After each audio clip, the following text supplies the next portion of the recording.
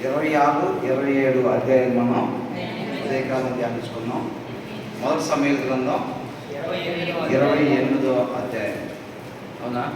మనం ఏం నేర్చుకుంటున్నాం ఈ మొదటి సమూయేలు గ్రంథంలో నుంచి? ఏ విధంగా దేవుడికి లోబడి దేవుని మాట్లాడాలి, వింటే ఎలా ఉంటాం, వినకపోతే ఎలా ఉంటాం. ఉంటాం. తన సహోదరుని ప్రేమించిన వ్యక్తి ఎక్కడున్నట్టు? చీకటిలోనే ఉన్నట్టు.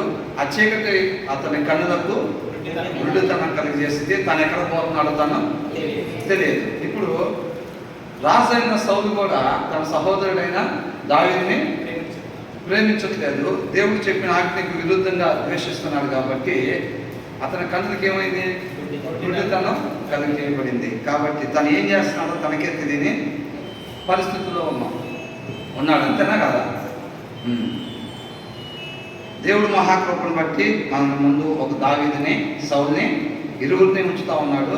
దావీదు వల్లే మనం ఉండాలని దేవుడు ఆశపడుతూ ఉన్నాడు. సౌలు లాగా మనం ఉండకూడదు అని దేవుడు ఆశపడుతూ ఉన్నాడు అనమాట. అందుకనే ఈ యొక్క ఇరువురిని మన ముందు ఉంచుతూ ఉన్నాడు. 28వ అధ్యాయం. ఆ దినములలో ఫిలిష్తీయులు ఇశ్రాయేలులతో యుద్ధము చేయవల్లని సైన్యములను సమకూర్చి యుద్ధములకు సిద్ధపడగా ఆకీషు దావీదుని పిలిచి, దావీదు ఎక్కడ ఉన్నాడు అప్పుడు? ఫిలిష్తీయుల దగ్గరికి వెళ్ళిపోయాడు. ఎక్కడ ఉంటే సౌలు చేతులు ఎప్పటికైనా సరే ఇబ్బంది ఉంటుందని చెప్పి ఫిలిష్తీయుల దగ్గరికి వెళ్ళిపోయినట్టు మనం చూస్తాం. ఆకీష్ రాజు దగ్గరికి వెళ్ళాడు. అవునా? కాబట్టి ఆ ఫిలిష్తీయులంతా ఇశ్రాయేలీయుల మీదకి యుద్ధం చేయాలని చెప్పి సైన్యాన్ని సమకూర్చుకొని యుద్ధంకి సిద్ధపడ్డారంట. ఆ ఆకీష్ రాజు దగ్గర ఎవరున్నారు? దావీదు అతని సైన్యం ఉన్నారు. కాబట్టి ఈయన యుద్ధానికి, ఇశ్రాయేలుతో యుద్ధానికి చేయడానికి ఆకీషు రెడీ అయ్యాడు ఫిలిష్తీయులు. అప్పుడు దావీదు కూడా ఉన్నాడు కాబట్టి వాళ్ళ దగ్గర మాట్లాడుతూ ఉన్నాడు. ఏమంటున్నాడు? నేను దండెత్తగా నీవును నీ జనులను నాతో కూడా యుద్ధమునకు బయలుదేరి రావాలని పరిష్కారముగా తెలుసుకోమనగా. ఏమంటున్నాడండి? నేను ఇశ్రాయేలీయుల మీద యుద్ధానికి బయలుదేరుతా ఉన్నాను కాబట్టి నువ్వు కూడా నీ సైన్యం తీసుకొని మమ్మల్ని వెంబడించి వచ్చి వారితో పాటు యుద్ధం చేయడానికి సిద్ధంగా ఉన్నామని దావీదుతో చెప్తా ఉన్నాడు అనమాట. దావీదు నీ దాసుడనైన నేను చేయబోవు కార్యం ఏదో అది నీవు ఇప్పుడు తెలుసుకుందువు నేను. అందుకు ఆకీషు అలాగైతే నిన్ను ఎప్పటికీ నాకు సంరక్షకుడుగా నిర్ణయితున్నా నేను. ఆకీషు ఎప్పుడైతే ఆ మాట చెప్పాడో ఇశ్రాయేలీయులకు నువ్వు కూడా నాతో పాటు యుద్ధానికి రావాలి, నీ సైన్యంతో పాటు సిద్ధంగా ఉండమని చెప్పినప్పుడు దావీదు ఏమంటున్నాడు? నీ దాసుడునైన నేను చెయ్యబోవు కార్యం ఏదో అది నీవు తెలుసుకుందు. అంటే నేను నీకు ఏ రీతిగా సహాయపడతానో నువ్వు ఇప్పుడు తెలుసుకుంటావు అని చెప్పి ఆకీష్తో చెప్తున్నారు. ఎవరితో అంట? వాళ్ళు ఎవరితో అంట? ఆకీష్తో ఏమన్నాడు?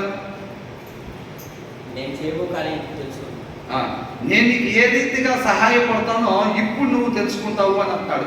ఫిలిష్తీన్ దేశంలోకి దావీదు వెళ్ళిపోయాడు కదా, అక్కడ చోటు ఇచ్చాడు కదా, ఒక ప్రాంతాన్ని ఇచ్చి అక్కడ ఉండడానికి అవకాశం ఇచ్చాడు దావీదుకి. ఏంటి ఆ ప్రాంతం పేరు? సిక్లగ్ అనే ప్రాంతాన్ని ఇచ్చి అక్కడ ఉండటానికి అవకాశం ఇచ్చాడు దావీదుకి. అవునా? మన ఆయన దగ్గర నమ్మకాన్ని ఏర్పరచుకోవాలా లేదా? నమ్మకాన్ని ఏర్పాటు చేసుకోవాలి. కాకపోతే నేను నీకు ఏ రీతిగా సహాయంగా ఉంటానో ఇప్పుడు నువ్వు తెలుసుకుంటావు అని ఆకీష్ రాజుతో చెప్తా ఉన్నాడు. ఆ మాట అన్నప్పుడు ఆకీష్ రాజు ఏమంటున్నాడు? అలాగైతే నిన్ను ఎప్పటికీ నాకు సంరక్షకుడుగా నిర్ణయిస్తున్నాను. నువ్వు కానీ నిజంగా నాకు అట్లా సహాయపడ్డావు అంటే నేను నిన్ను పూర్తిగా నమ్ముతాను కాబట్టి ఎప్పటికీ నిన్ను నాకు సంరక్షకునిగా ఉంచుకుంటాను అని అంటున్నాడు. అంతేనండి. తర్వాత ఏమంటున్నాడు? సమూయేలు మృతి పొందగా ఇశ్రాయేలీయులు అతని గూర్చి విలాపము చేసి రామా అను అతని పట్టణంలో అతని పాతిపెట్టి ఉంది. మరియు సౌలు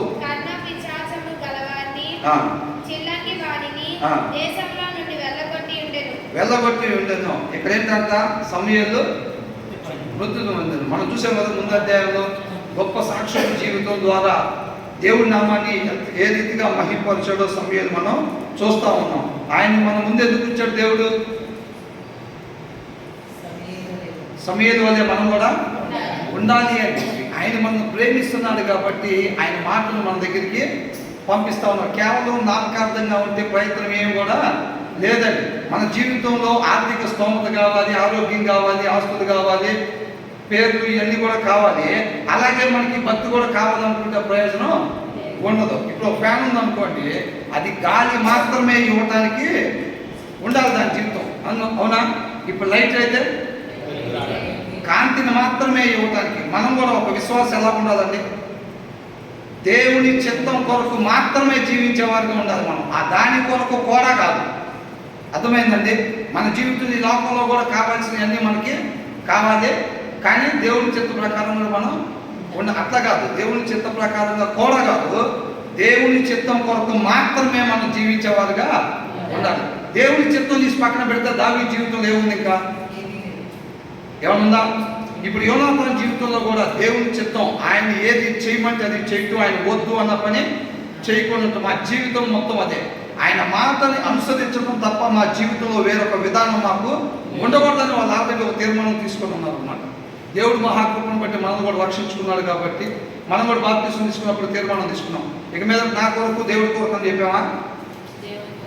నా కొరకు కాకుండా మనందరి కొరకు చనిపోయి తిరిగి లేచిన ఆయన కొరకు మాత్రమే, సమస్తం మాత్రమేలోనే ఉంది. అర్థమైందండి?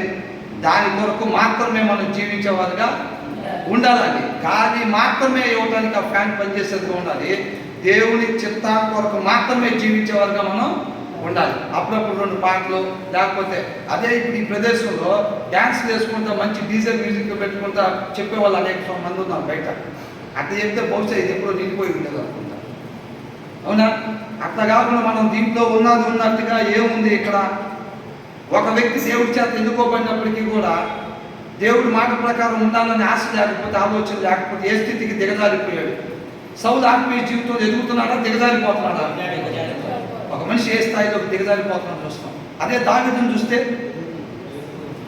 అంచెలంచెలుగా ఎదుగుతున్నట్టుగా మనం చూస్తూ ఉన్నాం. ఆయన జీవితం ద్వారా దేవుడు ఇప్పుడు కూడా ఆయన రాజ్యాన్ని కడతానే ఉన్నాడు. దావీదు జీవితంలో ఒక్కసారి అవకాశం ఇస్తే దావీదు ఆ రీతిగా దేవుడి నామాన్ని మహిమపరిచాడు. మనం కూడా ఏంటంటే ఏదో 4 పాటలు, మనం కూడా ఇంత భక్తి, ఒక ఉద్యోగం, లేదా ఇంత జీవితం అట్లా కాదు. మనం దేనికోసం పని చేస్తున్నామంటే దేవుని చిత్తాన్ని నెరవేర్చడానికి. ఎందుకోసం తింటున్నామంటే దేవుని చిత్తాన్ని నెరవేర్చడం కోసమే. ఎందుకోసం గాలి పీల్చుకుంటున్నామంటే దేవుని చిత్తాన్ని నెరవేర్చడం కోసమే మేము గాలి పీలుస్తున్నాం అనేవారుగా మనం ఉండాలి.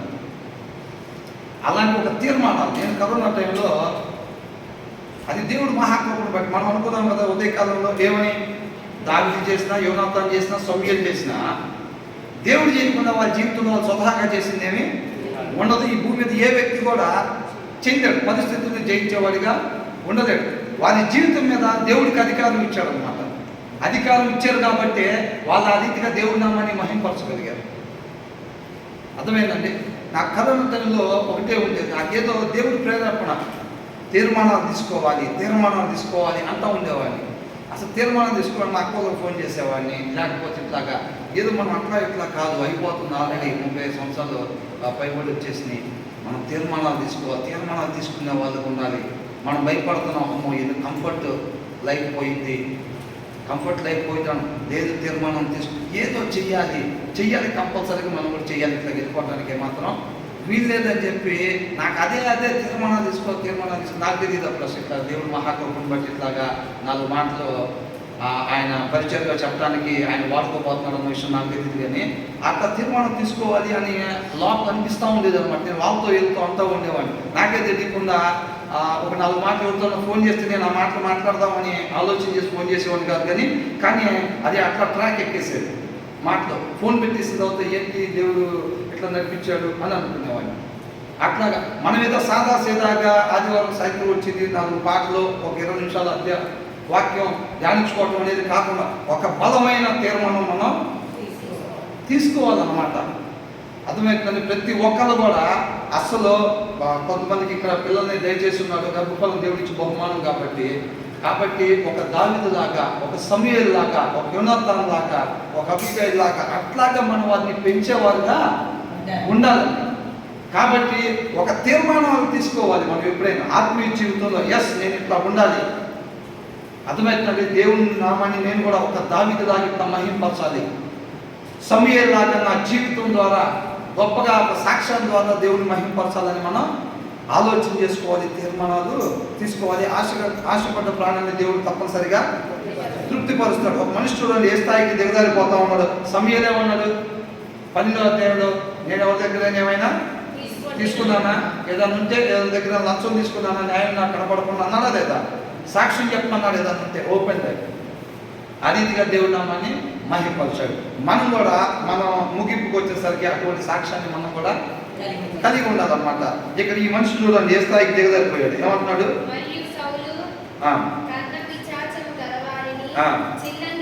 చిల్లంగి వారిని దేశంలో నుండి వెళ్ళగొట్టి ఉండను. ఫిలిష్తీయులు దండెత్తి వచ్చి దిగగా సౌలు ఇశ్రాయేలీయులందరినీ సమకూర్చాను. గిల్బోవలో ఇశ్రాయేలీయులు ఎక్కడ దిగారంట? గిల్బోవలో దిగారంట. ఫిలిష్తీయులు ఎక్కడ దిగారు? షూనేములో దిగారంట. అవునా? అంటే వాళ్ళిద్దరు పరస్పరం యుద్ధాలకి సిద్ధపడ్డారు. తర్వాత ఏముంది?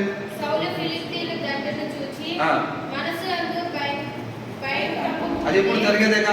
ఫిలిష్తీయులు చూడగానేనా భయం వచ్చేసింది. ఎందుకని? దేవుడు ఎందుకు తోడుగా లేడు కాబట్టి. అవునా? ఇప్పుడు గొల్యాతుకి ఎదురుగా పరిగెట్టుకుంటూ వెళ్ళాడు దావీదు అని రాస్తున్నాం. అది ఎట్లా జరిగింది? దేవుడు తోడుగా ఉన్నాడు కాబట్టి.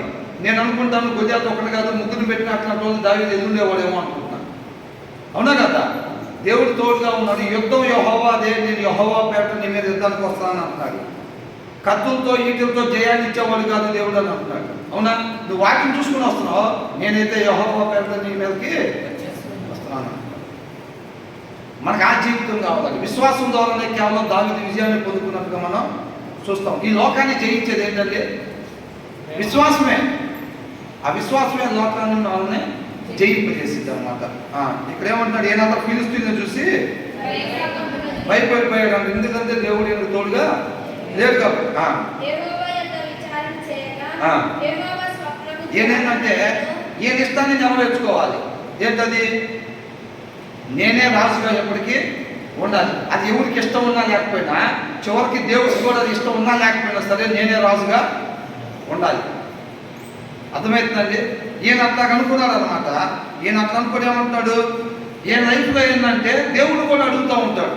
మనం కానీ మన ఇష్టం వచ్చినట్టుగా ఉండాలి. మనం అంటే అందరం కాదండి, కొంతమంది మన ఇష్టం వచ్చినట్టు మనం ఉంటాం. కాకపోతే మళ్ళీ వచ్చి దేవుడి దగ్గరికి కావాల్సినట్టు కోసం, దానికోసం, దీనికోసం ప్రార్థన చేసి మనం భక్తులని మనం మోసం చేసుకుంటూ ఉంటాం. ఈయన కూడా మీరు చూస్తూ ఉన్నారా? మధ్య మధ్యలో దేవుడి గురించి మాట్లాడుతూ ఉంటాడు. కానీ దేవుడు ఆయనకి తోడుగా ఉండడు. దేవుడు చెప్పిన పని ఏది కూడా చేయడు. కానీ దేవుడు నీకు కూడా తోడుగా ఉండాలి. అవునా? మీరు ఆశీర్వాదం పొందుదురు కాక. వాళ్ళు వచ్చి చెప్పారు కాబట్టి, ఎవరు? జీపులో వాళ్ళు వచ్చి దావీదు ఎక్కడున్నారో చెప్తే మీరు ఆశీర్వాదం పొందుదురు కాక, నాకు సహాయం చేశారు కాబట్టి అని అంటున్నారు.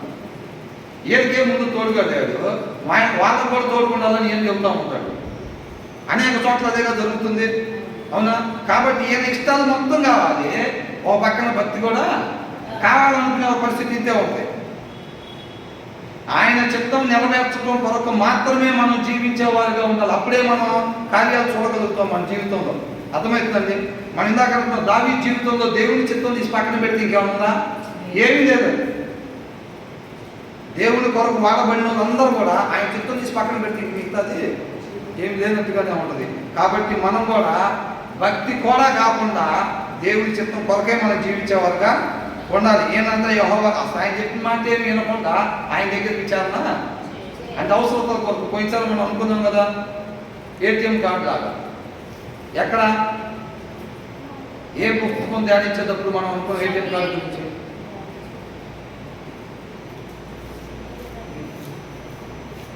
చెప్తారా? న్యాయాధిపతి. అవునా? ఏదో ప్రాబ్లం రాగానే అమోఘమైన కార్డు అందుకో అన్నట్టుగా, ఆ ప్యాంట్ జోడు ఏటీఎం కార్డు తీసుకురా అన్నట్టుగా. ఏంటంట? ప్రభా నువ్వు చెప్పిన మాట వినపోవటమే ఉంటుంది ఆయన, మాకు ఈ పరిస్థితి మమ్మల్ని రక్షించిన ఆయన అనగానే ఆయన ప్రేమ కల బట్టి ఒక న్యాయాధిపతిని ఎన్నుకునేది మమ్మల్ని తీసుకురాని అంటాడు. తీసుకురాగానే ఎప్పుడైతే ఆ న్యాయాధిపతి బతుకున్నంత కాలం అటు వచ్చిన తర్వాత మళ్ళీ వాళ్ళు ఇష్టం వచ్చినట్టు కాదు మళ్ళీ ఉంటాం. ఆయన మళ్ళీ శత్రువులకు అప్పగించడం, మళ్ళీ యథావిధిగా వీళ్ళు ప్రభువా ఏటీఎం కార్డు తీసుకుని మళ్ళీ అని అంటాం. ఈయన కూడా మధ్య మధ్యలో దేవుడు నాతో అసలు ఏం చేయమని చెబుతాడో అని అచ్చంగా మన దగ్గర ఒక నాలుగు ఉంది. ఏందో తెలుసా, అసలు నాట్యం చేయొచ్చా, ఏంటంటే నాట్యం చేస్తాను, దావీదు నాట్యం చేశాడు కానీ దావీదులాగా ఏ విషయంలో ఉండేది లేదు, నాట్యంలో మాత్రం దావీదులాగా చేస్తారంట. కవరింగ్ మొక్కలు తీసుకొచ్చి ఉపయోగించుకోవటం అంతేనా? దావీదు చేశాడు కదా, దావీదులాగా ప్రార్థన చేస్తున్నారా, దావీదులాగా కోరుకుంటున్నారా, దేవుని చిత్తాన్ని నెరవేర్చాలి, దేవుడు నా మాత్రమే మహిమపరచబడాలి, దేవుడి మీద మాత్రమే నేను ఆనుకోవాలని అనుకుంటాడా? దావీదు ఏంటంటే సామాన్యమైనడా, 10,000 కొలది చంపగలిగినోడు అంట. ఒక్కరి మీదకు పోవాలన్నా సరే దేవుడి దగ్గరే విచారణ చేస్తాడంతే. సౌలు ఏంటి తెలుసా, వాళ్ళని చూసి భయపడ్డాడంట. ఒకవేళ భయపడకుండా ఉంటే దేవుడిని అడిగేవాడా? చూడండి ఒకసారి ఇక్కడ ఏమనుంది, ఎప్పుడు చేశాడు విచారణ? 5వ వచనం చూడండి.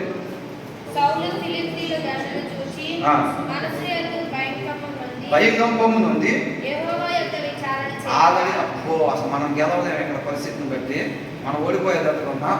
అంత అయిపోయిన తర్వాత ఈయనకి డిసైడ్ చేసుకున్నప్పుడు అంట దేవుడి దగ్గర విచారణ చేయడానికి వచ్చాడంట. అంతేనా?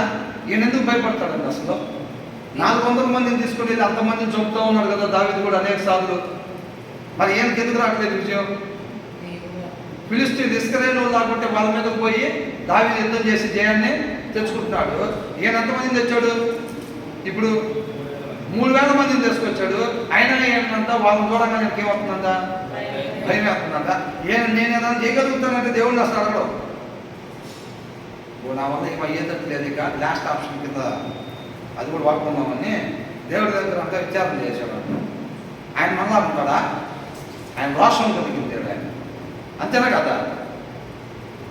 3 సీరియల్ కంటిన్యూగా చూసి 3 అంటే చదవంగానే నాయన నా కుమారుడా సౌలు పిలిచినట్టు కదా ఆయన మనకింటాడు దేవుడు అట్లాగా కాదు కదా? అంతేనా కదా? అది మనం చూసుకోవాలి. రేపు రోజు చాలామంది అనుకుంటారు ఒక ఆప్షన్ ఉంది మనకి, ఏడవటమే, మేఘాల మీద వచ్చేసాడు ఒకవేళ ఏముంటుంది ఆప్షన్? అది ఏ ధైర్యంతో ఎన్ని చేస్తున్నావు రా, రాకడి ఇప్పుడు తెలియదు కదా, ముందే సిద్ధపాటు ఒకటి ఉండలేరా, లోపల ఒకటి ఒక అస్త్రం ఉంది రెడీగా అని చెప్పకూడదు అంటే ఏంటంటే అంటే అందరూ అదే అస్త్రాలు పట్టుకుని ఉంటుంది. ఏంటంటే ఏడవటమే. ఏంటంటే ఏడవటమే, ఏడితే ఆయన తీసుకెళ్తాడు, ఏమని తీసుకెళ్తాడా? ఏంటది? కాబట్టి ఆయన విచారణ చేశాడంట. 6వ వచనం, యెహోవా యొద్ద విచారణ చేయగా స్వప్నం ద్వారానైనను ఊరీము ద్వారానైనను ప్రవక్తల ద్వారానైనను ఏమీ సెలవీయకుండాను ఏ దాని ప్రకారంగా కూడా దేవుడి చిత్తాన్ని ఆయనకి బయలుపరచలేదంట. అంతకన్నా భయంకరమైన స్థితి కొట్టున్నది తెలుసండి.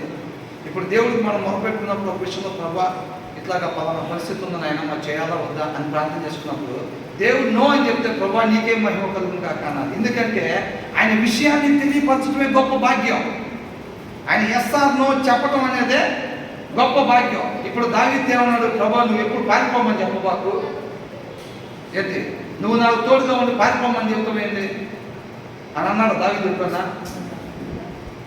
దావీదు ప్రదేశంలో ఉన్నప్పుడు గేటెడ్ కమ్యూనిటీ దాంట్లో ఉన్నప్పుడు సౌలు ఇక్కడికి వస్తాడా అన్నట్టు వస్తాడని చెప్పాడు. నన్ను అప్పగిస్తారా అని అంటే ఖచ్చితంగా అప్పగిస్తాను అని చెప్పాడు. అక్కడి నుంచి దావీదు ఏం చేశాడు? పారిపోయాడు. అవునా కదా? పారిపోమంటావు ఏంటి వాసు నువ్వు అని అన్నారా? అలా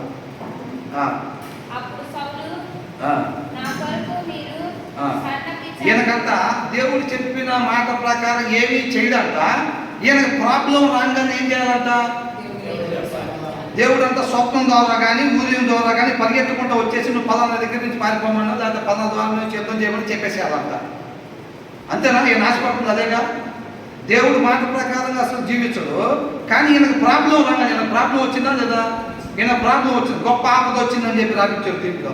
ఆ ప్రాబ్లం వచ్చినప్పుడు అనంతా దేవుడు ఏదో ఒక రీతిగా మాట్లాడాలని అంటున్నాడు. అడిగితే ఏం చెప్తాడు? ఒకవేళ భవిష్యత్ సౌని ఏంటి ఇట్లాగ అయిపోయింది ఏంటి పరిస్థితి అంటే దేవుడు మాట్లాడలేదు, మనమేం చెప్తాం? అది ఏ మనిషి అయినా చచ్చిపోవాల్సిందే మన ప్లేస్లో ఉంటే దేవుడు మాట్లాడకపోతే. అవునా? దేవుడు మాట్లాడా సింపుల్గా దేవుడి మీద తోసేస్తాడండి. ఆయన చెప్పింది నేనేం వినలేదు అసలు, అందుకనే నేను ప్రార్థన చేస్తాను అంటలేదు అని చెప్తాడా? కేరళలో వాగ్దానం అలాగే పట్టులు కట్ చేసుకొని రెండోది చెప్పుకుంటారు జనాలకి. ఏమని? దేవుడు చెప్పలేదు, మనమేం చెప్తాం దానికి అని అంటారు. అంతేనే కదండి. ఈయనంతా ఏ రకంగా కూడా నాతో మాట్లాడలేదని అంటున్నాడు. దేవుడు అంతా సమాధానం చెప్పలేదంట. అప్పుడు సౌలు చూసారా, ఆప్షన్ ఉండనే ఉంటుంది వీళ్ళకి, ఆప్షన్ వీళ్ళకి ఉండనే ఉంటుంది. 2 పాటలు పాడి ఒక అధ్యాయం బైబిల్ చదివి మోకాలు చేద్దాం 2 నిమిషాలు. దేవుడు ఏదైనా చెప్తే ఓకే, చెప్పకపోతే మనం ప్లాన్ బి తీయటమే బయటికి. అంతేనా కదా, 2 పాటలు పాడి ఒక అధ్యాయం చదివి ఒక 2 నిమిషాలు ప్రార్థన చేద్దాం. దేవుడు ఏమైనా చెప్తే ఓకే. ఒకవేళ మనతో ఏం మాట్లాడినంటే మాత్రం ఏమంటే మన జ్ఞానం తీసి ఉపయోగించడం, ఈయన జ్ఞానం ఇది. దేవుడి చేత ఎన్నుకోబడ్డ రాజు అంటే అసలు ఏందండి? అవునా కదా? ఎవరి దగ్గరికి పోయాడట? అంతకన్నా దౌర్భాగ్య స్థితి వాళ్ళు ఉందా? ఇంకా కన్న పిశాచి గల వాళ్ళ దగ్గరికి వెళ్ళాడంట. ఒక ఇశ్రాయేలు రాజు అయింది, దేవుడి చేత ఎన్నుకోబడ్డ జనం మీద రాజు అయింది. ఈయన కన్న పిశాచుల దగ్గరికి వెళ్తే ఎందుకండి ఇంకా? అవునా? దేవుడు తోడుగా లేకపోతే ఏ వ్యక్తి జీవితం అయినా అంతే. అవసరాల కోసం దేవుడిని వాడుకుందామని చూసే వాళ్ళకి అన్నిటికీ ఇదే ఎదురయ్యేది. ఏదో ఒక దినాన్ని ఇవాళ కాకపోతే రేపు రోజైనా దేవుడి చేత విడిచిపెట్టేస్తే విపరీతంగా ఆస్తులు సంపాదిస్తారు, భయంకరంగా జలసాలు, ఈ లోక సంబంధంగా బలి ఆనందంగా ఖుషిగా ఉంటే రేపు రోజు ఎదురయ్యే పరిస్థితి ఇదే. అవునా కదండి? కాబట్టి దేవుని అవసరతల కొరకు వాడుకోవటానికి కాదని మనం ఉపయోగపడాల్సింది. మన జీవితం మొత్తం సాష్టాంగ నమస్కారం చేసి సమయంలాగా మనం ఆయన్ని మహింపరిచేవారుగా ఉండాలి. మన మాటలో, మన ప్రవర్తనలో, మన చూపులో సాష్టాంగపడి ఆయనకున్నట్టుగా మన జీవితం ఒక మాదిరిగా సువార్త పత్రికగా కృష్ణపల్లి బ్రదర్ గారు అంటూ ఉంటారు. ఏమని? మన జీవితం అంతా ఒక సువార్త పత్రికలాగా మనం కనపరచాలంతే. ఇక ముగించాలి మన జీవితం. అవునా కదా? అలాగుండాలి మన ముగింపు, అలాగుండాలి. లోకస్తులాగా ఉండడానికి ఏమాత్రం కూడా వీల్లేదు. అలాగా దేవుడు ఇష్టపడుతుంది. ఏ వ్యక్తి గురించి కూడా దేవుడు అలాగ ఇష్టపడేవాడు కాదు. అందరి కోసం ఆయన ప్రాణం పెట్టాడండి, అందరి కోసం ప్రాణం పెట్టాడు. కాబట్టి ఆసక్తి పడాలి, సత్క్రియలను ఆసక్తి కలిగి ఉండాలి. ఆయన నామ మహిమ కొరకు మాత్రమే నేను జీవించాలి. దహించు అగ్నిలాగా మండుతూ ఉండాలి. అవునా కాదండి? ఆ తీర్మానం తీసుకోవాలి. మన వల్ల ఏమి కాదండి, లేదా నాకు వాక్యం చదవడం రాదు, పాటలు పాడటం రాదు, మోకాలు చేస్తానికి ఇది చేయటం రాదు అంటే దేవుడికి నువ్వే కావాలని అంటూ ఉన్నాడు. అవునా? సౌలు పెద్ద ఎంతో వీరుడు అని చెప్పి రాజును చేశాడా? దావీదు నేను చేశాడా? లేకపోతే గిద్యోని అందుకోసం సెలెక్ట్ చేసుకున్నాడా? యోఫ్తాను సెలెక్ట్ చేసుకున్నాడా? వీళ్ళందరికీ ఏమొచ్చట? అసలు నన్ను రాజంతా ఏంది, మా గోత్రం అసలు ఎన్నికలేని గోత్రం అయితే అని అంటారు వీళ్ళందరూ. అవునా? మన అర్థంతోనే ఆయన నియమించుకున్న అతనికి దేవుడు బలాన్ని ఇస్తాడంట. ఈ లోకస్తులాగా బలంగా ఉన్నామని నియమించుకోడు ఆయన. యుద్ధం ఆయన కాబట్టి చేసేది. ఆయన కృప చొప్పున ఎవరైతే నియమించుకుంటాడో వాళ్ళ బలాన్ని ఇస్తాడు. ఆయన అభిషేకించిన వాడికి ఏమిస్తాడు? అధిక బలాన్ని దయచేస్తాడు అన్నమాట. అర్థమైందండి? అధిక బలం ఉన్న వాడిని ఆయన అభిషేకించడు. ఆయన కృప చేత ముందు అభిషేకించుకున్న తర్వాత ఆయనకి అధిక బలం ఇస్తాడు అన్నమాట. కాబట్టి ఆ సమస్తం ఆయన కృపలోనే. ఉదయకాలం అనుకున్నాం కదా, ఏమని? మనం బైబుల్ చదవాలి అని అంటే ఏం కావాలి? ఆయన కృప కావాలి.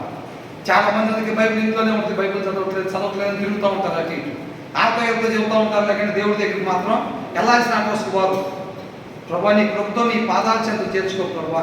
ఏ సత్యం మేము తెలుసుకోవాలని నువ్వు ఇష్టపడుతున్నావు నాయన, ఏ సత్యం మేము అనుసరించాలని నువ్వు ఇష్టపడుతున్నావు ప్రభా, ఏ సత్యం అయితే మమ్మల్ని స్వతంత్రంగా చేసిందో ప్రభా, ఆ సత్యం మాత్రమే పొందుకునేవారిగా ఈ కృపతో నడిపించిన ఆయన ప్రార్థన చేసుకుంటే వెళ్ళిపోతాం బైబిల్ దగ్గరికి. వెళ్తే నడిపించుకుంటాడు. మన లోపల ఆశతో చూసారా, అది మన హృదయం అనే తలుపు తీయటం అంటే ఆయన లోపల ప్రవేశిస్తాడు. ఆయన పాదాల చెంత చేర్చుకుంటాడు, చక్కగా నేర్పిస్తాడు మనకి. అర్థమైందండి? నిజమైన సత్యాన్ని మాత్రమే పొందుకున్నట్టుగా మనం బైబిల్ చదవాలంటే అది కావాలి. వాక్యాన్ని అనుసరించాలి అని అంటే ఏం చేయాలంట? మనం బ్రతికినంత కాలం దాన్ని ధ్యానించాలంట. మనం ధ్యానించాలంటే మనం బైబిల్ చదవాలంటే ఆయన కృప కావాలి. మనం చదివిన తర్వాత చదివిన దాని ప్రకారంగా మనం ఉండాలి అని అంటే ఎలాగైతుంది? ఆ రీతిగా ఉండాలని ప్రభువా నువ్వు దావీదుని సౌలు నా ముందు పెట్టావు నాయనా, దావీదులాగా మాత్రమే నేను ఉండేలాగా నీ కృపతో నన్ను నడిపించమని మనం కోరుకున్నప్పుడు మన హృదయం అనే తలుపు తీసినట్టుగా అప్పుడు వాక్యమై ఉన్న దేవుడు మన శరీరంలో ఉన్న పాపపు నియమాన్ని జయింపజేసి ఆ వాక్యాన్ని అనుసరించేటట్టుగా ఆయనే మనల్ని నడిపిస్తాడు. అవునా కదా?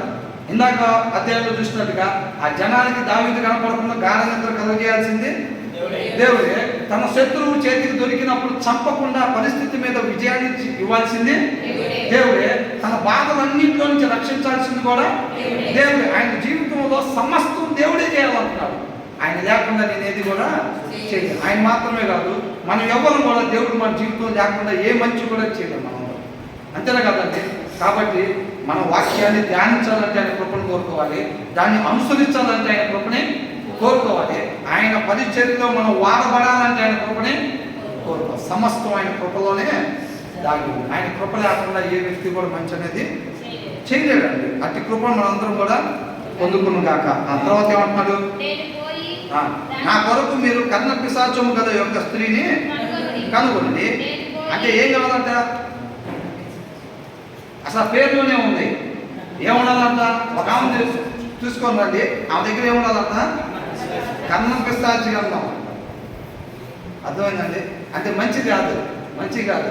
కర్ణ పిశాచి ద్వారా ఆమె నాకు కావాల్సింది రాబట్టాలని చెప్పి చూస్తున్నాడు. దేవుడు ఒప్పుకుంటాడండి అసలు? ఏమన్నాడు?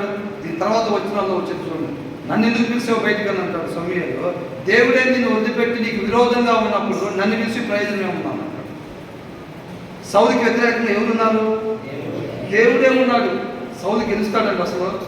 సౌలు కాదు, అసలు ఏ మనిషి అయినా దేవుడికి విరోధంగా గెలుస్తాడా? అది తెలిసి కూడా తనలో ఉన్న ఇష్టాన్ని చంపద విధేయత చూపించలేక నేనే రాసుకుండాలి లేకపోతే ఆ తర్వాత మా అబ్బాయి రాజుగా ఉండాలి అంతే తప్ప దావీదుని ఇష్టపడుతున్నాడు దేవుడు. దావీదుని రాజు చేద్దాం అనుకుంటున్నాడు, నేను దానికి లోపలను విధేయత చూపించను అంటాడు. తన ఇష్టాన్ని చంపలేకపోతా ఉన్నాడు. అవ్వలా పండు తినద్దు అని అంటే చూపునకు రమ్యంగా ఉందంట. ఏం చేసింది? దేనికోసం? దేన్ని పోగొట్టుకుంది? అవునా? ఏదన్నా కర్ణ పిశాచం కదా ఒక స్త్రీని కనుగొన్నది,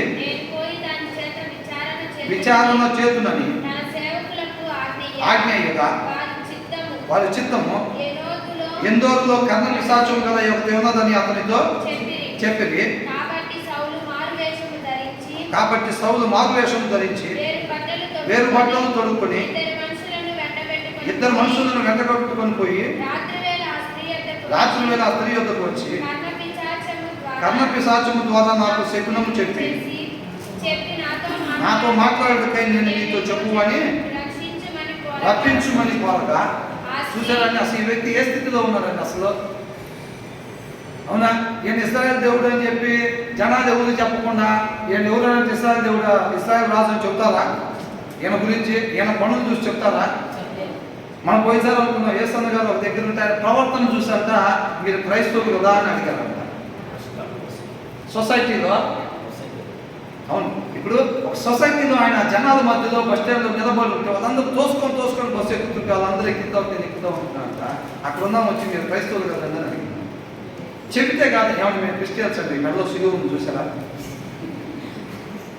పక్కలో దూకొని వచ్చారు చూసారా నేను? అది కాదు. అవునా? మనం చెబితే కాదు, మన చూపు చూస్తే, మన ప్రవర్తన చూస్తే, మన మాట తీరు చూస్తే లోకంలో లేనిది వీళ్ళ దగ్గర ఉన్నది.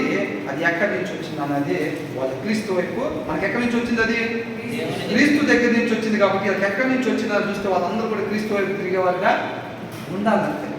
అవునా కదండి? ఇవాళ సౌలు నుంచి మనం ఏం నేర్చుకుంటున్నాం? ఏ రీతిగా ఉండకూడదో మనం సౌలు నుంచి నేర్చుకుంటున్నాం. దావీదు నుంచి ఏం నేర్చుకుంటున్నాం? ఏ రీతిగా ఉండాలో అది దావీదు నుంచి మనం నేర్చుకుంటాం. దేవుడు మహాకృపను బట్టి మన దగ్గరికి ఎందుకు పంపించాడు? మనం సొసైటీలో ఏ రీతిగా ఉండాలో అది నేర్చుకోవటం కోసం దేవుడు ఇష్టపడతా ఉన్నాడు. అవునా కదండి? విని విడిచిపెట్టేద్దామా? 4 రోజులు బతుకుతూ ఉండిపోదామా? సాదా సీదా కాదు. ఆయన మన కోసం ప్రాణం పెట్టాడు. మీరు ఏ మంచి లేకపోయినా సరే మీకోసం నా ప్రాణాన్ని పెట్టాను. నేను అంతగా మిమ్మల్ని ప్రేమిస్తున్నాను. ఎదుటి వారిలో కూడా ఏ మంచి లేకపోయినా సరే మీరు వారిని నాలాగా ప్రేమించేవారుగా ఉండాలి. దాంట్లో నుంచే మన రాజ్యం కడతా ఉన్నాం. ఆయన రాజ్యం దాంట్లో నుంచే కట్టుకోవడానికి ఇష్టపడతా ఉన్నాడు. ఇందాక మనం ధ్యానించిన అధ్యాయంలో ఒక మాట ఉందండి, 24వ వచనం, 26వ అధ్యాయం 24వ వచనం. ఈ దినమున నీ ప్రాణము నా దృష్టికి ఘనమైనందున యెహోవా నా ప్రాణమును తన దృష్టికి ఘనముగా ఎంచి అన్నాడు. నా బాధలన్నింటిలో నుండి నన్ను రక్షించునుగా. ఆయన దొరికిన అవకాశాన్ని విడిచిపెట్టుకోకుండా సౌలు దాకా ఏమాత్రం కూడా విడిచిపెట్టుకోవట్లేదండి. అర్థమవుతుందండి? ఉన్నది మొత్తం కూడా మన సహోదరుని ప్రేమించే దాంట్లో ఉంది. మన సహోదరు యొక్క ప్రాణం మనకంట ప్రేమగా ఉన్నప్పుడే దేవుడి దృష్టిలో మన ప్రాణం కూడా రమ్యంగా ఉండింది అంతే. అర్థమవుతుందండి? ఆ విషయం తెలుసుకున్నాడు అనమాట. శత్రువును సైతం క్షమించగలిగేవాడిగా దావీదు ఉన్నాడు. కాబట్టి ఇప్పుడు ఏమంటున్నాడు? ఇదిగో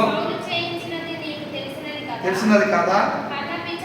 వీళ్ళందరినీ పంపించేసింది ఎవరు? ఒకప్పుడు సౌలే పంపించేశాడు. అవునా? వచ్చినప్పుడు పరిస్థితుల్లోకి వచ్చినప్పుడు విశ్వాసంలో అప్పుడే నీళ్ళలో మునిగేసి బాప్తిసం తీసుకొచ్చినప్పుడు అందరూ ఇట్లాగే ఉంటారు. అవునా కదా? అప్పట్లో వచ్చాక ఇవన్నీ తీసేసాడంట. కర్ణ పిశాచం ఇవన్నీ కూడా తీసేసాడంట. ఇప్పుడు ఏం చెప్తున్నాడంట? వాళ్ళనే ఎదుర్కొంటా. అందుకని బైబిల్లో పల్లి గురించి రాకి గురించి రాపించబడింది. మళ్ళీ కక్కిన కోసం మళ్ళీ పోయే పరిస్థితి వెళ్ళిపోయాడు.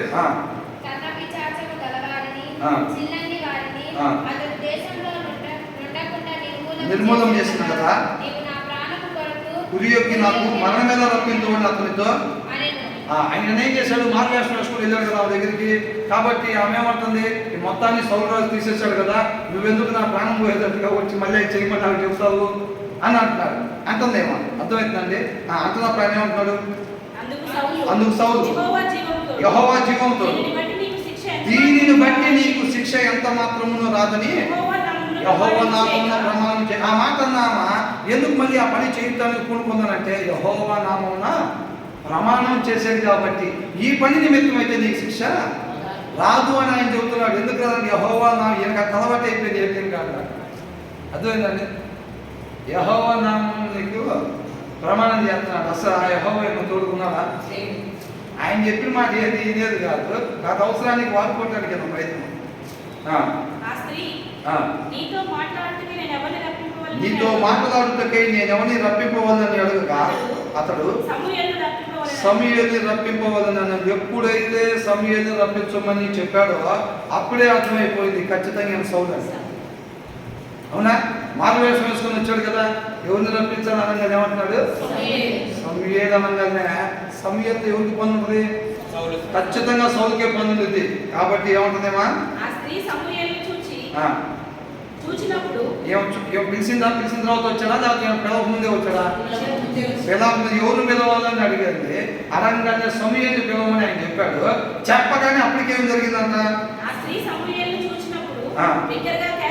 ఒకవేళ ఏమైనా సమూయేలు బయటికి రమ్మని కానీ చెప్పుకుంటే కనుక, ఒకవేళ సమూయేలు బయటకు వస్తే చూసి బిగ్గరగా కేకేయాల్సిన పని ఉందా? బిగ్గరగా కేకేయాల్సిన పని ఏమి లేదు. అప్పటికే సమూయేలు పైకి రావడం చూసినట్టు బిగ్గరగా కేక వేసి నీవు సౌలువే, నీవు నన్ను ఎందుకు మోసపుచ్చుకోవాలని సౌలుతో చెప్పగా రాజు నీవు భయపడవద్దు, నీకు ఏమి కనబడినదని ఆమెను అడుగగా ఆమె ఒక పక్కన చూస్తే చిన్నప్పుడు మనకి ఇట్లాంటివన్నీ లైట్లు ఆపేసి ఎవరికో ఒకరు కానుకొని ఉంటాం. ఇవన్నీ చేసేవాళ్ళం కదా. ఎలా ఉంది? రాత్రి వేళ వచ్చింది ఆమె దగ్గరికి. అవునా? రాత్రి వేళ మారువేషం వేసుకొని వచ్చారంట. ఏమో చూస్తేనేమో అక్కడ వాళ్ళు ఎట్లుంటారు? నీట్గా సాఫ్ట్వేర్ ఎంప్లాయీస్ ఉంటారా? భయంకరంగా ఉంటారు. ఆమంట గట్టిగా బిగ్గరగా కేకేసిందంట. మనోళ్ళు ఉంటే పనిపోయేవాళ్ళు అక్కడి నుంచి. అవునా? ఇంకా ఆయన ఆ స్టేజ్లోకి వెళ్ళిపోయాడు ఈయన. కాబట్టి అక్కడ ఏమంటున్నాడు? నీవు భయపడవద్దు, నీకు ఏమి కనపడినది ఆమె అడుగుగా ఆమె దేవతలలో ఒకడు భూమిలో నుండి పైకి వచ్చుతో నేను చూచుచున్నాను అంటే ఏం చెప్పిందా? ఒకవేళ ఏమగానే సమూయేలుని పిలుచుంటే సమూయేలు పైకి రావడం నేను చూశానని చెప్పేదిగా. ఏమని చెప్తుంది? ఏం కనపడింది? నీకు ఏం భయపడబోతున్నావు అని అంటున్నాడు.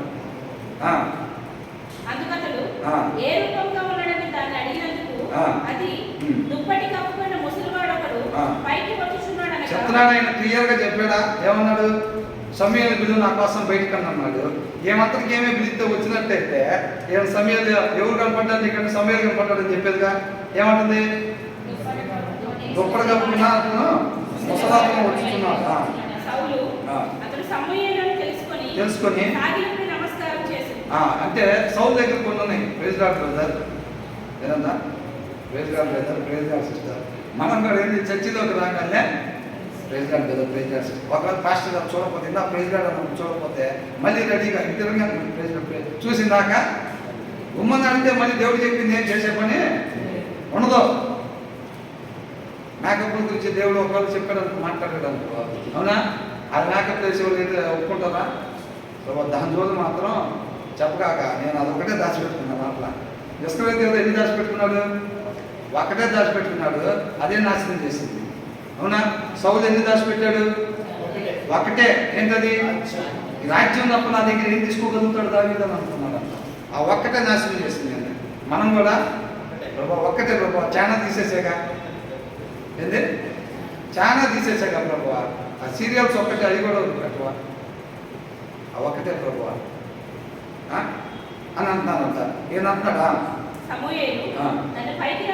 అతడంట సమూయేలు అని తెలుసుకొని సాగిపడి నమస్కారం చేసి కొన్ని ఉన్నాయి ఎట్లాంటి నేర్చుకున్నా అంతే కదా. సాగిపడి నమస్కారం చేసి ఎందుకు చేసాడు? నేను అసలు నిజంగా ఆయనకు అట్లా విధేయత చూపిద్దామన్నా. ఇప్పుడు ఏం చేయాలో తెలియాలి ఆయనకు అర్జెంటుగా. నేను యుద్ధానికి పోవాలా లేకపోతే పారిపోవాలా? ఆ విషయం తెలియటం కోసం అవసరమైతే సాగిపడతాడు, కన్నప్రసాద్ దగ్గరికి పోతాడు. అవునా?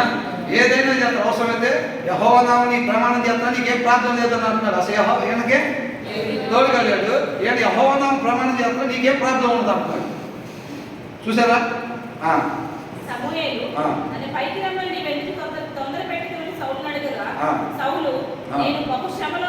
బహుశ్రమలో ఉన్నాను. దేవుడు నన్ను ఎడబాసి ప్రవక్తల ద్వారా ఆయనను స్వప్నముల ద్వారా ఆయనను నాకేమీ సెలవియకున్నాడు. కాబట్టి నేను చేయవలసిన దానిని నాతో తెలియచెప్పుటకై నిన్ను పిలిపించుచున్నాను. మన ముందు చదువుకున్న వాటిలో చూస్తే దేవుడు ఎప్పుడు మాట్లాడకుండా మౌనంగా ఉంటున్నాడు. ఆయన మాట ప్రకారంగా మనం ఎప్పుడైతే చేయట్లేదో అప్పుడు వాళ్ళు మాట్లాడినప్పుడు దేవుడు మౌనంగా ఉంటున్నాడు, చెప్పట్లేదు. అవునా? యెహోషువ కూడా ఏం చేశాడు? ఆకాంక్ష అవతారం చేస్తే తెలుసుకోకుండా పోయి హాయి పట్టణం మీద యుద్ధం చేయండి, మనోళ్ళు ఏం పర్వాలేదని అన్నాడు. 2-3 వేల మందిని తీసుకెళ్తే అవలేదా గెలవచ్చు అని చెప్పారు వాళ్ళు ఎన్నోళ్ళు. దేవుడు తోడుగా లేకపోతే అక్కడికి వెళ్ళిన వాళ్ళు అంచనా కూడా తప్పే. కాబట్టి సరే 3,000 మందిని పంపించారంట, నీటికి ఓడిపోయి వచ్చారు. కాబట్టి దేవుని పాదాల చెంత చేరి ఎక్కడ తప్పు జరిగిందో తెలియపరచమని చెప్పి యెహోషువ వేడుకున్నాడు. దేవుడికి ఇష్టం లేదు ఎప్పుడైతే తీసేసుకున్నారో, సరి చేసుకున్నారో దేవుడు మళ్ళీ వాళ్ళకి తోడుగా ఉండి అదే హాయి పట్టణం మీద ఒక జయాన్ని చేశాడు. ఆయన మహాకృపను బట్టి, ఆయన ప్రేమను బట్టి ఎంతమంది ఎన్ని పరిస్థితులు తీసుకొచ్చి మన ముందు పెట్టి మాట్లాడుతూ ఉన్నాడు. అవునండి. నాకైతే ఇది చదువుతూ ఉంటే నాన్న తిన్నానా, విన్నానా. తల్లిదండ్రులు ఎట్లంటారు? బంగారు తల్లి కదా. ఇప్పుడు సూర్యుడు నాకు ఎక్కడ ఉంటే బంగారు తల్లి కదా, గడ్డం పట్టుకొని అడుగుతారా లేదా? బంగారు తల్లిగా తినన్నా అని అంటాను. నాకైతే అదే కనిపిస్తుంది. అసలు ఇట్లా ఎన్నిసార్లు ఎంతమందిని తీసుకొచ్చి నాన్న వినండి, ఇట్లా ఉండాలి, మనమందరం కలిసి ఉంటాం, ఇట్లుండమ్మా, ఇట్లుండండి, అట్లా వద్దు నాన్న, అట్లా వద్దు, చూడు అట్లున్న వాళ్ళు ఏమైపోయారు చూడు అని ఎట్లా మాట్లాడుతున్నారు చూడు దేవుడు. అవునా? తర్వాత ఏమంటున్నాడు?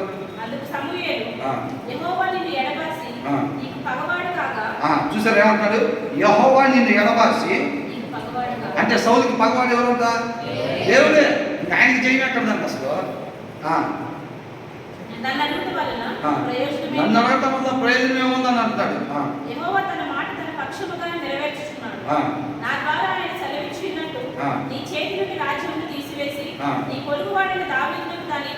చూసారా ఏం చేశాడంట? దేవుడు ఏదైతే చెప్పాడో దాన్నే జరిగిస్తున్నాడు అని అంటున్నాడు. అర్థమవుతుందండి?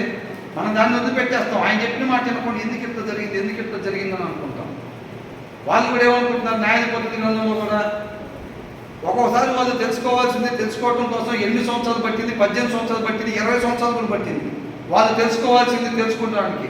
వాళ్ళు తెలుసుకున్న తర్వాత ప్రభువా నీ మాట వినకపోవడం వల్లే నాయన మేము ఏంటంట, నీ మాట వినకపోవడం వల్లే మేము ఇక్కడ శత్రువుల దగ్గరికి అప్పగించబడ్డాము. వాళ్ళు తెలుసుకున్న తర్వాత మళ్ళీ దేవుడు న్యాయాధిపతిని పంపిస్తా ఉన్నాడు. అంతే కదా? ఇక్కడ ఏమంటున్నాడు? యెహోవా తన మాట తన పక్షముగా నెరవేర్చున్నాడు. నా ద్వారా ఆయన సెలవిచ్చినట్టు నీ చేతి నుండి రాజ్యం తీసివేసి నీ పొరుగువాడైన దావీదునకు దాని ఇచ్చి ఉన్నాడు. ఇదండి మెయిన్ వచ్చిన ఇది 18వ వచనం. ఎందుకు జరుగుతుంది ఇది మొత్తం సౌలుకని అంటే, యెహోవా ఆజ్ఞకు నీవు లోబడక అమాలేకీయుల విషయంలో ఆయన తీక్ష్ణమైన కోపము నెరవేర్చకపోయిన దానిని బట్టి యెహోవా నీకు ఈ వేళ ఈ ప్రకారంగా చేయించున్నాడు. ఇప్పుడు ఇది ఎప్పుడు అంటే జరిగింది? అమాలేకీయులకి యుద్ధం చేయమని ఎప్పుడు చెప్పారు? 15వ అధ్యాయంలో చెప్పాడు. అమాలేకీయుల మీద పోయి యుద్ధం చేయమంటే పనికిరాని చెప్పి పనికొచ్చాడన్నింటినీ దాచిపెట్టుకుని వచ్చాడు ఆయన. వచ్చి నువ్వు చెప్పింది చేసాను దేవా అని అన్నాడు. సమయాలు ఏమన్నా నువ్వేం మాట్లాడాల్సిన పని లేదు, దేవుడు నాతో చెప్పిన మాట నీకు చెప్పేద్దామని వచ్చాను అన్నాడు. అంతే కదండి, వినండి వినండి. కాబట్టి ఎప్పుడు తెలిసింది? 28వ వచనం వచ్చినప్పుడు దేవుడి క్రియ చేస్తూ ఉన్నాడు. అంటే మనం బైబిల్ చదవని రోజున, దేవుడు మాట వినని రోజున, ఆయన వద్దన్న పని చేయని రోజున ఆ రోజు ఏం కాలేదు కదా అని అనుకుంటాం. దేవుడు ఆ రోజే నిర్ణయించుకుంటాడు. సౌలుని రాజుగా దేవుడు ఎప్పుడు తృణీకరించాడు? ఆయన ఎప్పుడైతే మాట వెళ్ళాడో అదే రోజు రాత్రి సమయంలో దేవుడు మాట్లాడాడు. అదే సమయానికి ఎప్పుడైతే ఆయన చెప్పిన పని చేయకుండా వదిలిపెట్టాడో, ఆయన మాటను అతిక్రమించాడో, దేవుడు అప్పుడే సమయంతో చెప్పాడు రాజుగా ఆయన్ని తీసేస్తున్నాను. కాకపోతే సౌలు తెలియడానికి టైం పట్టింది కొద్దిగా, ఆ క్రియ జరగడానికి ఎంత టైం పట్టింది. అవునా కదండి? మనం కూడా అనుకుంటాం ఆయన మాట లేదు కదా, ఆయన వద్దన్న పని చేయలేదు కదా, అయినా మనకి ఏం కాలేదు కదా అని అనుకుంటాం. అర్థమవుతుందండి? అప్పుడే స్టార్ట్ అయిపోయింది. అవునా? ఆ తర్వాత ఏమంటున్నాడు? ఏంటంట? యెహోవా నిన్నును ఇశ్రాయేలీయులను అని అంటాడు. అని అంటే రాజును ఒక్కనేనా లేకపోతే ఏదో కూడా? 12వ అధ్యాయం ఒకసారి తీయండి. 12వ అధ్యాయం 25వ వచనం. సమూయేలు ఎప్పుడైతే వాళ్ళకి రాజు కావాలని చెప్పి అడిగారు కదా, రాజుని ఇచ్చేటప్పుడు అప్పగించదు అనమాట. 12వ అధ్యాయం. మీరు కీడు చేయవారైతే తప్పకుండా మీరును మీ రాజును నాశనం అవుదురు అని అప్పుడే చెప్పాడా లేదా? నేనైతే మాత్రం మీకు మేలైన మాట చెప్తాను. 14వ వచనం దాటుకునే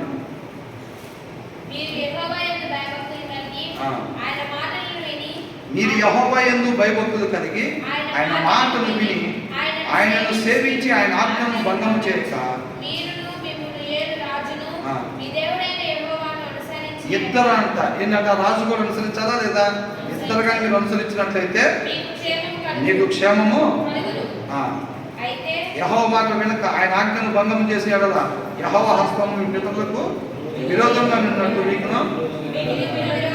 కాబట్టి రాజు తప్పు చేసినా సరే ఇద్దరిని అప్పగిస్తానని చెప్పాడా లేదా? 25వ వచనంలో. కాబట్టి ఇక్కడ అందుకని ఏమంటున్నాడు? 19వ వచనంలో యెహోవా నిన్నును ఇశ్రాయేలీయులను ఫిలిష్తీయుల చేతికి అప్పగించును. ఏంటంట? ఇశ్రాయేలీయుల దండును ఫిలిష్తీయుల చేతికి అప్పగించును. రేపు నీవును నీ కుమారులను నాతో కూడా ఉందిరని సౌలుతో చెప్పాల్సిన విషయం చెప్పేసాడు. అయిపోయింది. ముగింపుకి వచ్చినట్టుందా లేదా? అవునా? ముగింపుకి వచ్చినట్టుగా ఉంది. ఇక ఎన్ని చేయాల్సిన ప్రయత్నాలు మొత్తం కూడా సౌలు చేశాడు. మానవ జ్ఞానం మొత్తం ఉపయోగించాడు. ఎవరి దగ్గర? దేవుడి దగ్గర. అవునా? అవసరమైతే తన ఇష్టాన్ని చంపుకోవడానికి ఇష్టపడక దేవుడితో సైతం పోరాడటానికి తీయించాడు. చూడండి ముగింపు ఎలా ఉందో చూడండి. రేపు ఈ టయానికి కళ్యాణంట నువ్వు నీ కుమారులు నాతో పాటు ఉంటానని చెప్పాడు. అంతే, అయిపోయింది. ఇంకా మనుషులకి ఏం లేదు అక్కడ. తర్వాత ఏమంటాడు? బహుభయం ఉంది. వెంటనే నేలను సాష్టాంగపడి. సాష్టాంగపడటం అంటే ఇది ఇందాకది కాదండి. అంటే విధేయతతో సాష్టాంగ పడతారు చూసారా? అది కాదు. ఆయన అంటే కోల పడిపోయారు అంటారు చూసారా? మీ ఆవిడకి ఏదో అయితేనగానే 2 రకాలు ఉంటారు. ఇక్కడ యాహూవా దగ్గర వాళ్ళు ఉంటారు, అవునా అని చెప్పి కోల పడిపోయే వాళ్ళు కూడా ఉంటారా లేదా? అసలు బలియాలు సరే, మీ ఆయనకి ఏమన్నా అయిపోయింది అనుకుంటే ఒక సైడ్ ఇందాక ఇచ్చిన పని వినపడుతుంది అదైతే. అవునా? మీ ఆయనకి అయిందనగానే యాహూ అనే వాళ్ళు కూడా ఉంటారు. అవునా అని కోలపడిపోయే వాళ్ళు కూడా ఉంటారు. ఏంటంట ఇందాక సాష్టాంగ నమస్కారం పడ్డాడు, ఏమన్నా దొరికిద్దేమో అని చెప్పి. అంటే ఏమన్నా జవాబు ఇస్తాడేమో, నువ్వు వెళ్ళి నీకు విజయాన్ని అప్పగిస్తానని చెబుతాడేమో అనుకున్నాడు ఆయన. అప్పుడు సాష్టాంగ పడ్డాడు, ఇప్పుడే కుప్పకూలిపోయాడంట. నేను సాష్టాంగ పడి దివారాత్రము భోజనం ఏమీ చేయక బలహీనుడు ఆయన.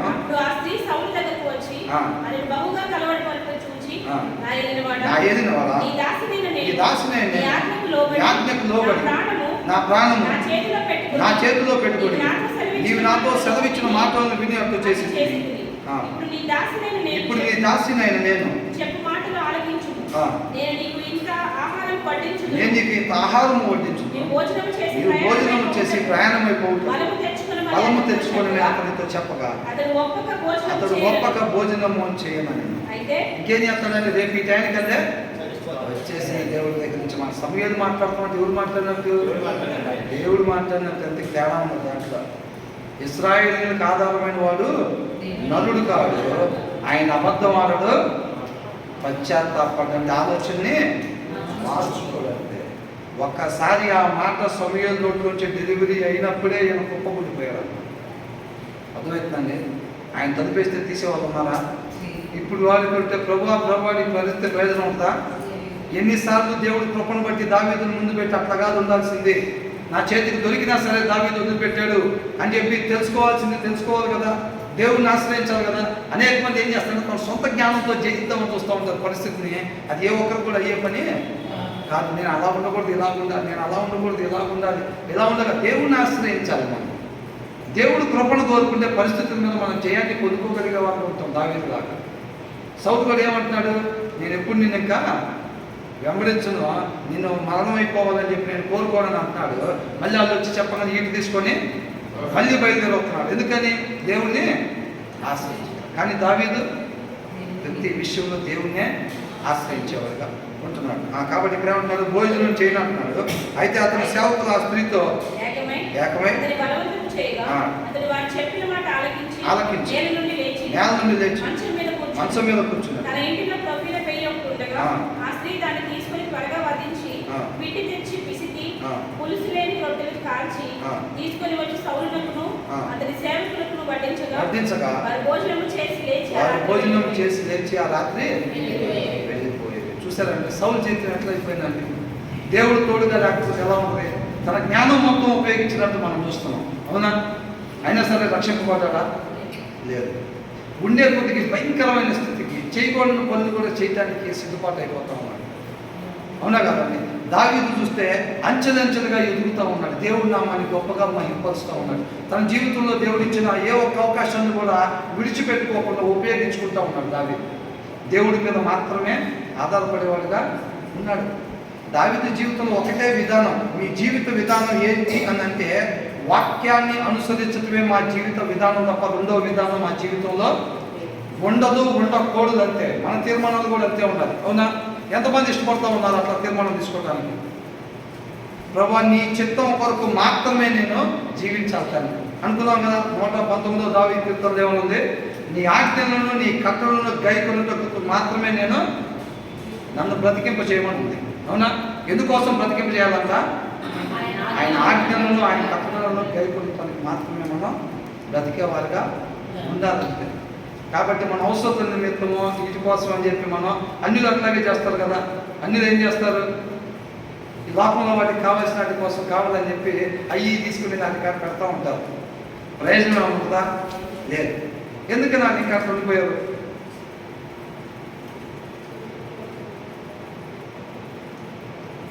మన కలకత్తాలో అట్లా జరిగింది కదా. ఎందుకు అట్లా జరిగింది?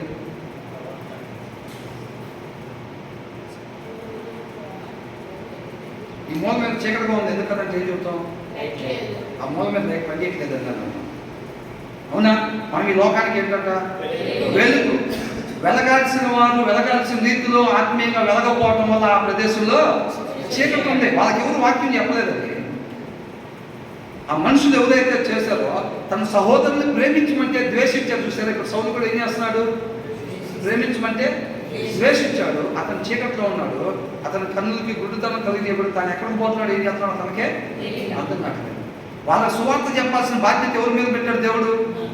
ఎవరు పెట్టాడు? ఈ లోకానికి వెలుగు ఊపని ఎవరినన్నాడు? ఎవరినన్నాడు చెప్పాలన్నా? మనల్నే అన్నాడు. ఏంటంట? మనమే ఈ లోకానికి వెలుగై ఉప్పై ఉన్నామంట. సారాన్ని పంచాల్సిన బాధ్యత మనదే, వెలుగు కనపరచాల్సిన బాధ్యత మనదే. ఈ చుట్టూ జరిగే పరిస్థితులన్నిటికీ కారకులు మనమే. ఎందుకని? మనం ఉండాల్సిన రీతిలో ఉండకపోవటం వల్ల, అనేక మందికి ఇంకా క్రీస్తుని మన జీవితాల ద్వారా కనపరచకపోవటం వల్ల వాళ్ళు ఇంకా వాళ్ళ హృదయాలు కఠినంగానే ఉన్నాయి, లోకస్తులుగానే ఉన్నారు, శరీరాశ, నేత్రాశ, జీవగుడంబాలు కలిగి ఉన్నారు. అర్థమవుతుందండి. రాతి హృదయాలు జరుగుతాం, మానసిక హృదయాలు వెళ్ళాలంటే మనం ఇక్కడ ఉన్న ప్రతి ఒక్కరు కూడా, మనమందరం కూడా మన జీవితాలు ఒక సువార్త పత్రికలాగా మన జీవితాలను ఉపయోగించాలి. మిషనరీని అట్లా ఉపయోగిస్తేనాక ఆయన మహాకృపను బట్టి వాళ్ళ ఈ వాక్కు మన దగ్గర ఉంది. ఆయన ఎలా ఉండదో చెప్పకపోతే ఎడిపోయేవాళ్ళం, మనం ఏమైపోయేవాళ్ళం తెలియదు. దావీదు గురించి మనకు తెలిసేదా? సమూయేలు గురించి మనకు తెలిసేదా? యోనాతాను గురించి మనకు తెలిసేదా? మరి మనం ఇలా ఉండమని దేవుడు మనకు ఎట్లా చెప్పేవాడు? అవునా? ఏమంటున్నాడు అబ్రహాంతో? మోషే దేవుడు చెప్తున్నాడు, నేనే నిజమైన దేవుడిని మీరు తెలుసుకొని మీ కుమారులకును వాళ్ళ కుమారులకు మీరు చెప్పాలి. దేవుడు అది కోరుకుంటా ఉన్నాడు. కాబట్టి ఎలగాల్సిన రీతిలో మనం ఎదిగే వాళ్ళకు ఉండాలి. దయచేసి కేవలం విని విడిచిపెట్టేవారుగా కాకుండా తీర్మానాలు తీసుకోవటానికి సిద్ధపడండి. ఒక గీత తీసుకొని కంఫర్ట్ జోన్లోనే భక్తి చేయాలని అనుకోబాకండి. అర్థమవుతుందండి. మన ముందు ఎత్తగానే ఉంది. దేవుడు మహాకృపను మనం ఆశ్రయించినట్లయితే తప్పనిసరిగా దావీదులాగానే ఎత్తైన స్థలాల్లోకి దేవుడు మనల్ని కూడా నడిపిస్తాడు. మనకి ఏమీ రావాల్సిన పని లేదండి. కేవలం ఆయన కృపను ఆశ్రయిస్తే చాలు. యుద్ధం ఆయన చేస్తాడు. విధేయత కనపరచాలి. ఇష్టపడితే చాలు. ఇష్టపడి ప్రభువా నువ్వు ఏ రీతిగా ఉండమని నాయన పొద్దున సాయంత్రం శుక్రవారం ఆదివారం నన్ను ఈ రీతిగా పలకరిస్తున్నావు, నీ మాట నా దగ్గరికి పంపిస్తున్నావు, దాన్ని మిస్ అవ్వకుండా నేను నేర్చుకుని నిన్ను మహిమపరిచేవాడిగా నడిపించు తండ్రి అని మోకాలేసి ప్రార్థన చేస్తే వదిలిపెట్టడు అసలు దేవుడు. వదిలిపెట్టడండి. ఆశ మనలో ఉండాలంతే. అర్థమవుతుందండి. కాబట్టి మనం కూడా తీర్మానాలు తీసుకోవాలి. దేవుడు కొరకే జీవించాలి. పిల్లలతో ఏం మాట్లాడుతున్నాం? పోయిసారి మనం ఏం ధ్యానించుకున్నాం? పిల్లలతో నడిచేటప్పుడు, కూర్చునేటప్పుడు, పండుకునేటప్పుడు దేవుని గురించి వాళ్ళకి చెప్పాలి. దేవుడితో ఏ రీతిగా నడుచుకోవాలో ఒక సాధనలాగా నేర్పించాలి. ఒక సాధనలాగా నేర్పించాలి. ఎందుకని ఉదయకాలంలో పిల్లల పుట్టినరోజుకి మనం శాలరీస్ డిస్ట్రిబ్యూషన్ ఎందుకు చేసాం? ఎవరికైనా తెలిసిందా? ముఖ్యమంత్రికి తెలిసిందా? ఎవరు టీవీలు వేసారా మనకి? లేకపోతే ఎందుకని? ఎప్పుడు ముగింపు ఉంటుందో తెలియదు. ఈ లోపలే సమయం ఉండగానే సద్వినియోగం చేసుకోవాలి. పిల్లలకి నేర్పాలి. వాళ్ళకి ఒక సాధనలాగా మనం నేర్పాలి. ఇంకా ఆయన ఇంతవరకు సాధన అనుకుంటే అంతేనా? అట్లాగా మనం జీవితాల ద్వారా దేవుడి నామాన్ని గొప్పగా మహిమపరిచే వాళ్ళగా ఉండాలి. అంతేనండి. దేవుడికే మహిమ కలుగును గాక.